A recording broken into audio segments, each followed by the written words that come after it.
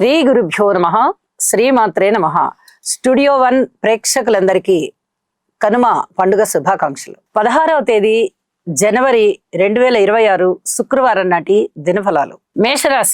మేషరాశి వారికి అనుకూలమైనటువంటి రాహుగ్రహ ప్రభావము, శుక్రాచార్యుల వారి ప్రభావము, ఈ రెండూ కూడా చాలా బాగున్నాయి.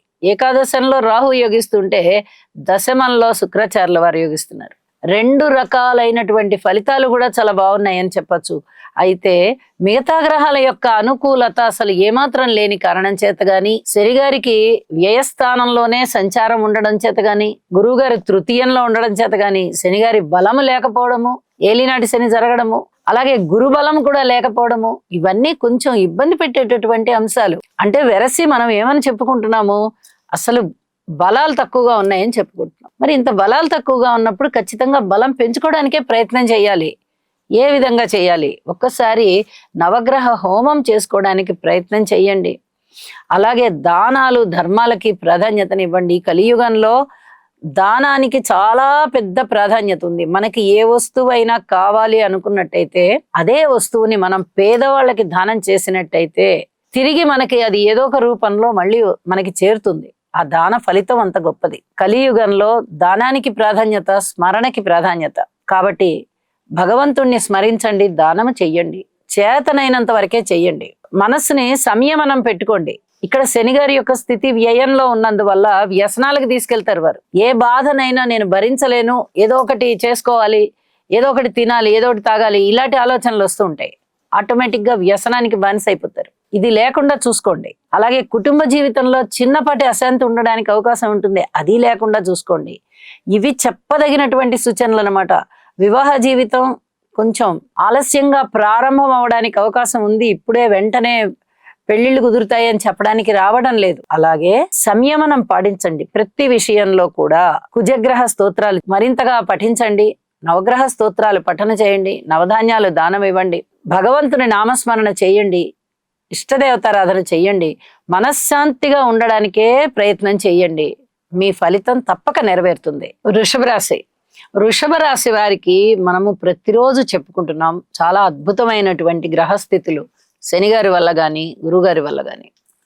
ఇంత బాగా గ్రహస్థితులు ఉన్నప్పుడు మనము వెనక్కి తిరిగి చూడక్కర్లేదు. అలాగే నవమ స్థానంలోని శుక్రాచార్యుల వారు కూడా చాలా చాలా బాగుంటున్నారు. కాబట్టి ఇక్కడ పిత్రార్జితాలు బాగుంటాయి, పితృవర్గ రీత్యా బాగుంటుంది, కుటుంబ రీత్యా బాగుంటుంది, లాభాల రీత్యా బాగుంటుంది, అలాగే దూర ప్రాంత ప్రయాణాల రీత్యా బాగుంటుంది, ధన ఆదాయం బాగుంటుంది, మీ మాట పరపతి బాగుంటుంది. మనస్సు ఏ దాని మీదకి సంకల్పం వెళ్తుందో ఆ పనులన్నీ సిద్ధిస్తూ వెళ్తాయి. అంత చక్కగా మీ మనసులో ఉన్న కోరికల్ని తీర్చడానికి భగవంతుని యొక్క ఆశీస్సులు మీకు తోడ్పడుతున్నాయి. ఇది చాలా చెప్పదగినటువంటి సూచనగా తెలియచేస్తూ ఉన్నాను. గురువు గారి యొక్క స్థితి సంచారము ద్వితీయంలో ఎంత యోగిస్తుంది అంటే అంత యోగిస్తుంది. మాట పరపత, ధనమా, కుటుంబమా, కీర్తి ప్రతిష్టలా, అనుకోని విధంగా ఉన్నతమైనటువంటి స్థితికి వెళ్ళడమా, దూరప్రాంత ప్రయాణాలా, అలాగే ఉన్నత విద్యనా, ప్రతిదీ ఇస్తారు గురువు గారు. ఇవ్వనిది అంటూ లేదు. మీకు ఇంకా జూన్ 1వ తేదీ వరకు గురువు గారి యొక్క సంచారం అక్కడే ఉంటుంది. కాబట్టి అనుకూలమైన ఫలితాలు ప్రతిరోజు ఏదో ఒక రూపకంగా మీ మనస్సు శాంతించే విధంగా వస్తూనే ఉంటాయి. అలాగే లాభాల బాటలో ఉంచేటటువంటి శనిగారు కూడా ఈ సంవత్సరాంతం వరకు కూడా అక్కడే ఉన్నారు. వెనక్కి తిరిగి చూడవలసిన అవసరం లేని విధంగా మీ పనులన్నీ అయిపోతుంటాయి. మనశ్శాంతి కలుగుతూ ఉంటుంది, అభివృద్ధి కలుగుతూ ఉంటుంది. ఇష్టదేవతారాధన చేయండి. లలిత సహస్రనామ స్తోత్ర పారాయణాలు చేయండి. జీవితాశయాన్ని ఏర్పాటు చేసుకోండి. ఇప్పటి వరకు ఏర్పాటు చేసుకొని వారు నేను ఖచ్చితంగా ఈ పని సాధించాలి అనుకోండి, సాధిస్తారు. అంత మీకు భగవంతుని యొక్క ఆశీస్సులు ఉంటాయి చెప్పి తెలియజేస్తున్నాను. మిథున రాశి వారికి రాశిలో ఉన్నటువంటి గురుగ్రహ సంచారం చాలా బాగుంది. తృతీయ స్థానంలో ఉన్నటువంటి కేతు బాగున్నారు. మరి ఇంకా గ్రహాలు ఏమన్నా బాగున్నాయా? అష్టమ స్థానంలో శుక్రాచార్యుల వారు బాగున్నారు. మిగతా గ్రహాల యొక్క అనుకూల్యత లేదు. అయితే గురువు గారు ఏమేమి ఇస్తూ ఉంటారు అనేది మనం ప్రతిరోజు చెప్పుకుంటూ ఉంటాం. మరి ప్రతిరోజు మనకి కీర్తి ప్రతిష్టలు వస్తాయా, లాభాలు వస్తాయా, ఆదాయం పెరుగుతుందా, మాట పరపతి పెరుగుతుందా అంటే ప్రతిరోజు పెరగవు. ఒక్క గ్రహము ఒక్క కాలం, నియమిత కాలం ఆ రాశిలో ఉన్నప్పుడు ఎప్పుడో ఒకప్పుడు ఈ లక్షణాలన్నీ కలుగుతూ ఉంటాయి. అవి ఒక్కొక్క రోజు ఒక్కొక్క లక్షణం కనిపించవచ్చు. 4 రోజులకి, 10 రోజులకి, నెల రోజులకి అలా కూడా కనిపిస్తూ ఉండొచ్చు. ప్రతిరోజు కీర్తి ప్రతిష్టలు, ప్రతిరోజు లాభాలు, ప్రతిరోజు కుటుంబ జీవితం ఇలా కాదు. ఆ గ్రహం యొక్క ఫలితాన్ని మనం చెప్పుకుంటున్నప్పుడు అది ఇవాళ జరగచ్చు, రేపు జరగచ్చు, ఎల్లుండి జరగచ్చు, ఒక వారం 10 రోజులు పోయిన తర్వాత జరగచ్చు. ఏది ఏమైనా మనశ్శాంతి బాగా ఉంటుంది, అభివృద్ధి బాగా ఉంటుంది, సంతానం వల్ల చాలా చక్కగా తృప్తి కలుగుతూ ఉంటుంది, పితృవర్గరీత్యా బాగుంటుంది, అలాగే సంసార జీవితం కూడా బాగుంటుంది. ఎవరికైనా ఏవన్నా చిన్నపాటి ఇబ్బందులు కనిపిస్తున్నా వాటిని అధిగమించడానికి ప్రయత్నం చెయ్యండి, అవుతారు కూడా. సప్తమ స్థానంలో ఉన్నటువంటి చంద్రుని యొక్క స్థితి సంచారము కూడా చాలా బాగుంటున్న కారణం చేత కీర్తి ప్రతిష్టలు ఖచ్చితంగా కనిపిస్తాయి. అలాగే అవమానాలు, అపనిందలు ఏవైనా అది వరకు ఉన్నట్టయితే ఇప్పుడు వాటికి మీరు జవాబు చెప్పచ్చు, చక్కగా వాటిని అధిగమించవచ్చు. అలాగే 10 మంది కోసం ప్రయోజనం కలిగే పనులు బాగా చేస్తారు. ఇది మీ కీర్తి ప్రతిష్టల్ని తారాస్థాయికి తీసుకొని వెళ్తుంది. ఇష్టదేవతారాధన చెయ్యండి, యోగా చెయ్యండి. ఉద్యోగ జీవితంలో కొంచెం స్థిమితంగా ఆలోచించండి, ఇదమిద్దంగానే ప్రవర్తించుకుంటూ వెళ్ళండి. అన్ని విధాలుగానూ మీకు మంచి రోజులు జరుగుతున్నాయి. ఈ రోజు కూడా మనశ్శాంతి ఉంటుంది. కర్కాటక రాశి వారికి వ్యయస్థానంలో ఉన్నటువంటి గురువు గారి యొక్క స్థితి సంచారము బాగుంది. షష్ఠ స్థానంలో 2 గ్రహాలు ఉన్నాయి, బుధ చంద్రులు. వీరు కూడా చాలా బాగున్నారు. మరి మిగతా గ్రహాల యొక్క అనుకూలత ఎలా ఉందండి? అంతగా బాగలేదు. జాగ్రత్తగా ఉండవలసినటువంటి అంశాలు చాలా ఉన్నాయి. శుభాశుభ మిశ్రమాలు కనిపిస్తున్నాయి. కాబట్టి యోగా చెయ్యండి. ఎవరితోటైనా మాట్లాడేటప్పుడు చాలా జాగ్రత్తగా మాట్లాడండి. పెట్టుబడులు ఏవి పెట్టవద్దు. జీవిత భాగస్వామి సహాయ సహకారాల కోసం కొంచెం వేచి ఉండండి, ఓర్పు కలిగి ఉండండి. అలాగే వ్యాపార భాగస్వాములతో కూడా ఓర్పు కలిగి ఉండండి. పబ్లిక్ రిలేషన్స్ విషయంలో కూడా అతి జాగ్రత్తలు తీసుకుంటూ ఉండాలి. ఎందుకంటే గ్రహస్థితులు అంత పూర్తిగా బాలేనప్పుడు వ్యతిరేక ఫలితాలే కదా కనిపించేది. మనకేం పర్వాలేదులే, మనం ముందు నుంచి తెలిసిన వాళ్ళే కదా, ఎప్పటి నుంచో మనం మాట్లాడుతున్న మాటలే కదా అని ఎవరితోనూ పరాచికలు ఆడవద్దు. ఏది కూడా నా మనసులో ఉన్నది ఇది అని చెప్పవద్దు. వీటిని తప్పనిసరిగా గుర్తుపెట్టుకోండి అని చెప్పి మరీ తెలియజేస్తూ ఉన్నాను. అలాగే ఇష్టదేవతారాధన చెయ్యండి, యోగా చెయ్యండి, గురుగ్రహ స్తోత్రాలు అధికంగా పారాయణ చేయడానికి ప్రయత్నం చేయండి, హనుమాన్ చాలీసా చదవండి. ఈ పరిహారాలన్నీ మీకు చాలా చాలా మనశ్శాంతినిచ్చేవే అని చెప్పి తెలియజేస్తున్నాను.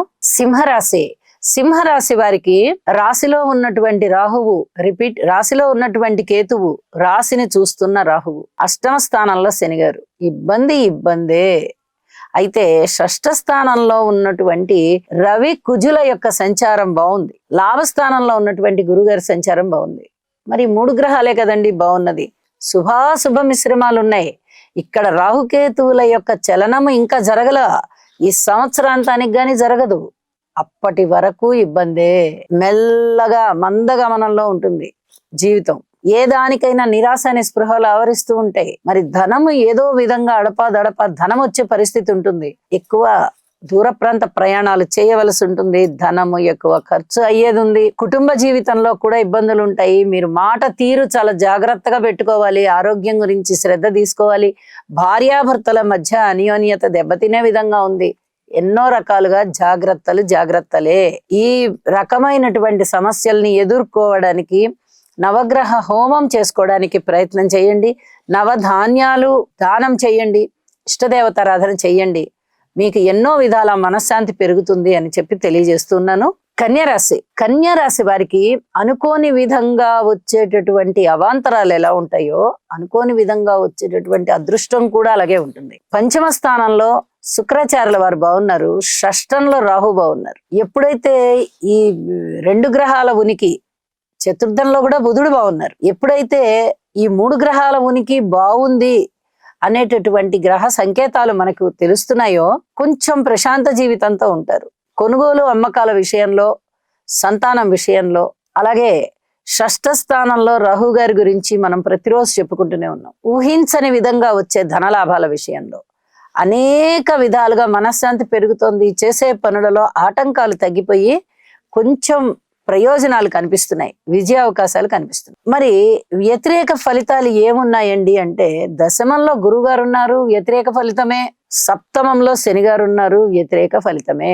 ఈ రెండిటిని మీరు చాలా జాగ్రత్తగా సంయమనం చేసుకోవాల్సి ఉంటుంది. హనుమాన్ చాలీసా పారాయణ చేయండి, శనిగారికి తైలాభిషేకం చేయండి. అలాగే గురువులకి సేవ చేయడానికి ప్రయత్నం చేయండి కుదిరితే. లేదా అంటే ఆశ్రమాలకు వెళ్ళి సేవ చేయండి, పెద్దలకి సేవ చేయండి. ఖర్చులు తగ్గించుకోవడానికి ప్రయత్నం చేయండి. దానాలు, ధర్మాలు, విరాళాలు, మీ దగ్గర ధనం ఉందా లేదా అనేది చూడరు, ఇచ్చేస్తామని చెప్తారు. అలాంటి పరిస్థితి ఉంటుంది. కొంచెం జాగ్రత్తలు తీసుకోవాలి. కుటుంబ జీవితం బాగుంది, అన్నదమ్ముల సహాయ సహకారం బానే ఉంది, కానీ ప్రతి విషయంలోనూ జాగ్రత్త అవసరం. కాబట్టి ఇక్కడ ఏ దాని మీద కూడా అత్యుత్సాహం పెట్టుకోకండి. నాకేంటి వాళ్ళు సహాయం చేస్తారు, నాకేంటి వీళ్ళు సహాయం చేస్తారని అట్లాంటి ధైర్యాలు ఏవి పెట్టుకోకండి. జరిగిన తర్వాత జరిగింది అనుకోండి. ఇది చెప్పదగినటువంటి సూచనగా తెలియజేస్తూ ఉన్నాను. చెప్పినటువంటి పరిహారాలు శ్రద్ధాభక్తులతో చేసుకుని మరింత మనశ్శాంతిగా ఉండండి. తులారాశి వారికి అదృష్టమే అదృష్టం. ఎన్ని రకాలుగా వీరికి యోగిస్తోందో జాతకం చెప్పడానికి అలివి కాదు. ఎందువల్ల అంటే చాలా రోజుల నుంచి మనం చెప్పుకుంటూ ఉన్నాం. షష్ఠ స్థానంలో శనిగారు యోగిస్తున్నారు, చతుర్థంలో శుక్రాచార్యుల వారు యోగిస్తున్నారు, తృతీయంలో బుధ చంద్రులు యోగిస్తున్నారు. ఇంకా ఏమి కావాలండి? నవమ స్థానంలో గురువుగారు యోగిస్తున్నారు, ఏకాదశంలో కేతు యోగిస్తున్నారు. వెరసి 6 గ్రహాల యొక్క ఉనికి అద్భుతమైన రీతిగా ఉంది. ఇది ఒక్క రోజున కాదు, ఒక రోజో 2 రోజులో 3 రోజులో కూడా కాదు, దగ్గర ఒక 10 నెలల నుంచి జరుగుతూనే ఉంది ఈ రకమైనటువంటి పరిస్థితి. మధ్యలో ఒక 2 నెలలు ఏమన్నా గురుగారి యొక్క సంచారము అంత శుభ ఫలితాలను ఇవ్వలేదేమో, కానీ చాలా అద్భుతంగా యోగిస్తున్నారు. ఇలాంటి పరిస్థితుల్లో ఇది జరగదు, ఇది జరగదు, ఇది జరగదు అని చెప్పడానికైతే ఏది రావట్లేదు. అన్ని యోగించే గ్రహాలే. ఇన్ని గ్రహాలు యోగిస్తూ ఉంటే అవని పని ఏముంటుంది? మనస్సంకల్పం పెరుగుతుంది, మానసిక దృఢత్వం పెరుగుతుంది, కార్యసిద్ధి కలుగుతుంది. మీ ప్రణాళికలన్నీ కూడా సత్వరమే అమలు అవుతాయి, అనుకోని విధంగా విజయాలుంటాయి, కార్యనిర్వహణ సామర్థ్యం పెరుగుతోంది, ధనం వస్తోంది, కుటుంబ జీవితం బాగుంటోంది, వివాహాది శుభకార్యాలకి అనుకూలంగా ఉంది.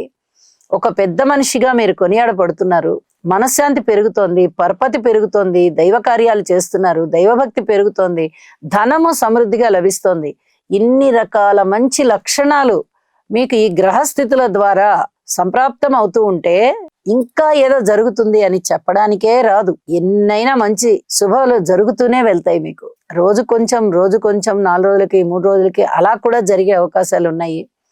ఇష్టదేవతారాధన చెయ్యండి. అలాగే లలితా సహస్రనామ స్తోత్ర పారాయణాలు చెయ్యండి. అద్భుతమైనటువంటి కాలం మీ సొంతం. మంచి జీవితాశయం ఏర్పాటు చేసుకోండి, దానికి కృషి చేస్తూ వెళ్ళండి, ఉత్తమమైన ఫలితాలు సాధిస్తారు.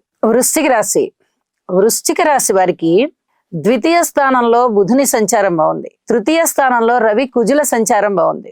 ఇక మిగతా గ్రహాల యొక్క అనుకూలత ఏదీ కనబడబోవడం లేదు. ఇలా 1-2 గ్రహాలే బాగుంటూ ఉన్నప్పుడు తప్పనిసరిగా హోమం చేసుకోవడానికి ప్రయత్నం చేయండి, స్తోత్ర పారాయణాలు చేసుకోవడానికి ప్రయత్నం చేయండి, నవధాన్యాలు దానం ఇవ్వడానికి ప్రయత్నం చేయండి. ఒక్కసారి అయితే హోమం చేసుకోండి.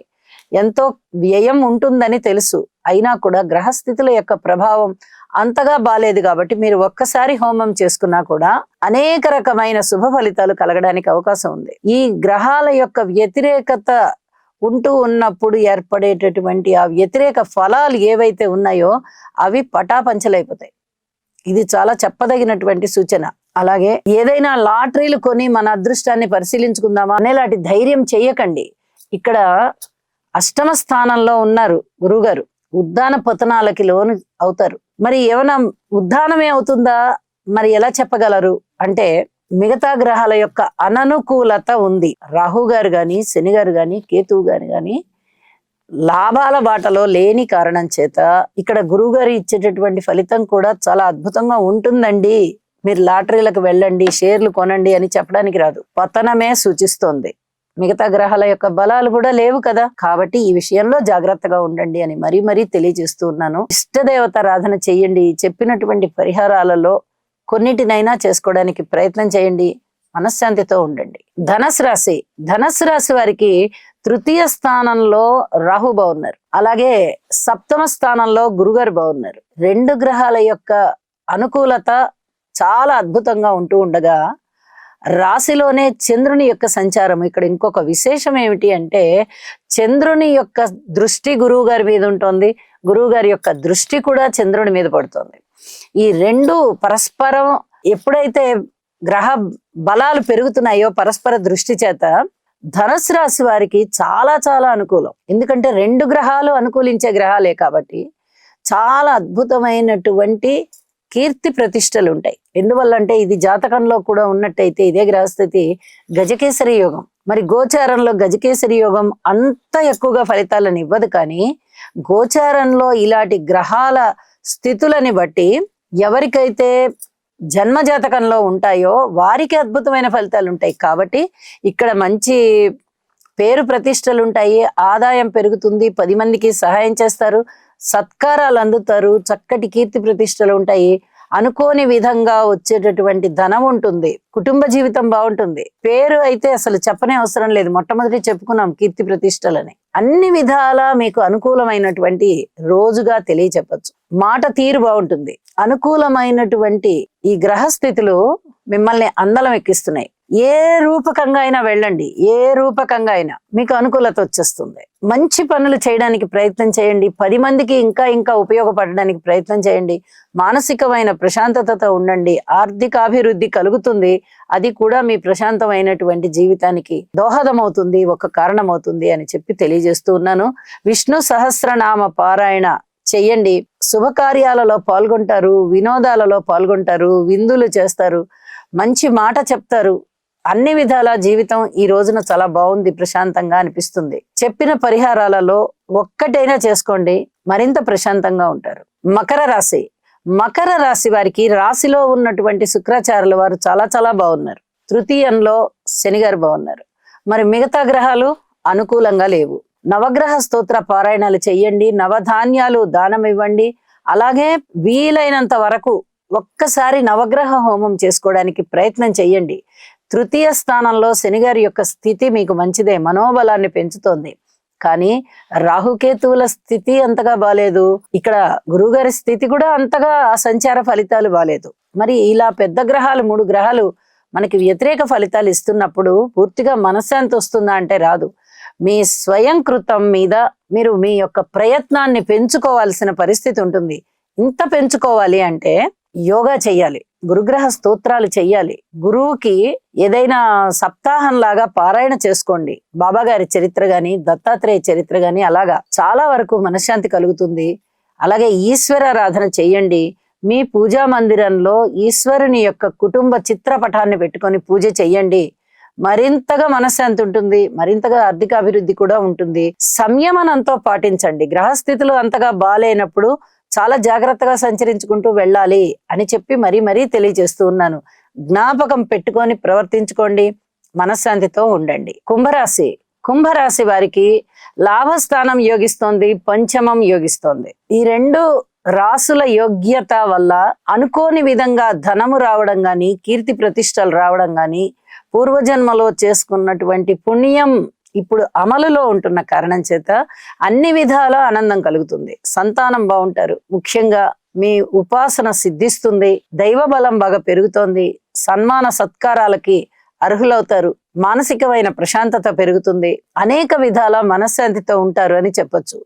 అయితే రాశిలో ఉన్నటువంటి రాహువు, రాశిని చూస్తున్న కేతువు, ఈ 2 కూడా చాలా ఇబ్బంది పెట్టే అంశాలే. మీలో ఉన్నటువంటి ఆ ప్రేమ లక్షణాలు ఏవైతే ఉన్నాయో, మీరు ఎవరితో ప్రేమ స్వభావంగా ఉన్నా, ఎవరితో స్నేహ స్వభావంగా ఉన్నా దాన్ని మీకు వికటించేటట్టుగా చేస్తారు. అది జాగ్రత్తగా ఉండండి.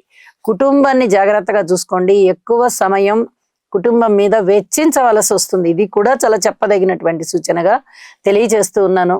అలాగే మనశ్శాంతి పెరగడం కోసం యోగా చెయ్యండి, గురుగ్రహ స్తోత్రాలు కూడా పఠన చేయండి. ఇంకా ఇంకా బాగుంటుంది. మీకు దుర్గ నామస్మరణ చేయండి, తప్పనిసరిగా చేసి చూడండి.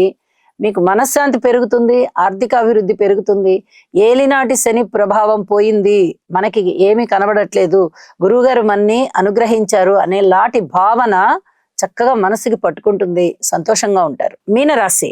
మీనరాశి వారికి దశమ స్థానంలో ఉన్నటువంటి చంద్రగ్రహ సంచారము, షష్ఠ స్థానంలో ఉన్నటువంటి కేతువు గారి సంచారము, ఏకాదశంలో ఉన్నటువంటి రవి, కుజ, శుక్ర 3 గ్రహాల సంచారము కూడా చాలా బాగుంది. వెరసి 5 గ్రహాల యొక్క సంచారము చాలా చాలా బాగుంటూ ఉండడంతో అనేక విధాల మనశ్శాంతి ఉంటుంది. మనము గత 4-5 రోజులుగా చెప్పుకుంటూ ఉన్నాము, మీనరాశి వారికి కొంచెం మనశ్శాంతి పెంపొందింపబడేటటువంటి గ్రహస్థితులు కనిపిస్తూ ఉన్నాయి అని. ఇది చెప్పదగినటువంటి సూచన. అనుకోని విధంగా ధనము రావడము, ఉద్యోగ జీవితం బాగుండడము, అలాగే ఈ లాభస్థానంలో ఎప్పుడైతే 3 గ్రహాల యొక్క ఉనికి చాలా బాగుందో, చేపట్టిన ప్రతి పనిలోనూ ఉత్సాహం పెరుగుతుంది, ఏదో విధంగా లాభాలు ఆర్జిస్తారు, మనశ్శాంతి పెరుగుతుంది. లాభం అంటే ప్రతి దానికి ధనము వస్తుందనే కాదు, ఒక్కొక్కసారి మనశ్శాంతి వస్తుంది, ఒక్కొక్కసారి మాట మన్నన జరుగుతుంది, ఒక్కొక్కసారి 10 మంది కలిసి మనని చాలా చక్కగా గౌరవ మర్యాదలతో చూడడము, పూర్వం కన్నా అధికమైనటువంటి తృప్తి మనకి కలగడము, ఇలాంటివి కూడా జరుగుతూ ఉంటాయి. ఇది కూడా మనం లాభంగానే తీసుకోవాలి. ప్రతిరోజు ధనం వస్తుంది అని చెప్పడానికి కూడా రాదు, లాభం ఏ రూపంగా అయినా ఉండవచ్చు. అలాంటిది ఇక్కడ చాలా స్పష్టంగా కనిపిస్తూ ఉన్నది అని చెప్పి తెలియజేస్తున్నాను. వీటి విషయంలో ఎటువంటి వెనకడుగు వేయక్కర్లా, ఇంకా ఏమీ ఆలోచించిన అవసరం లేదు. మనము ఆలోచించుకోవలసినటువంటి అంశాలు ఏమున్నాయి అంటే, అర్ధాష్టమ గురు సంచార దోషం కనిపిస్తూ ఉంది కాబట్టి యోగా చెయ్యండి, గురువు గారికి స్తోత్ర పారాయణాలు చెయ్యండి. వీలైతే మీ దగ్గరలో ఉన్నటువంటి ఆశ్రమాలకు వెళ్ళి ఆశ్రమానికి సేవ చెయ్యండి. ఇది కూడా చాలా చెప్పదగినటువంటి సూచన. ఎప్పుడైతే గురుబలం పెరుగుతుందో ఏలినాడి శని ప్రభావం తగ్గుతుంది. ఏలినాడి శని ప్రభావం తగ్గించుకోవడానికి గురుబలాన్ని పెంచుకోవడం ఒకటే కాదు, శని గారికి తైలాభిషేకం చేయడము మంచిదే, ఆంజనేయ స్వామి స్మరణ చేసుకోవడము లేదా పూజ చేసుకోవడము, హనుమాన్ చాలీసా పఠించడము, ఇలాంటివి చేయడం ద్వారా కూడా చాలా వరకు ఈ శనిగ్రహ బాధల నుంచి తప్పించుకోవచ్చు. ఎన్ని కుదిరితే అన్ని చెయ్యండి అని చెప్పి మరొకసారి తెలియజేస్తూ ఉన్నాను. ఏదైనా శుభాశుభ మిశ్రమంగా ఉంది, కొంచెం శుభ ఫలితాలు కూడా పెరుగుతున్నాయి కాబట్టి దైవానికి మరింతగా చెప్పండి, మాకు ఇంకా కర్మఫలాన్ని తగ్గించి శుభాలు పెంచండి స్వామి అని చెప్పండి. మీ మొర ఆయన ఆలకిస్తాడు, నిశ్చింతతతో ఉంటారు, మీరు మానసిక ప్రశాంతత ఉంటుంది అని చెప్పి తెలియజేస్తూ ఉన్నాను. శుభం. సర్వే జనా సుఖినో భవంతు.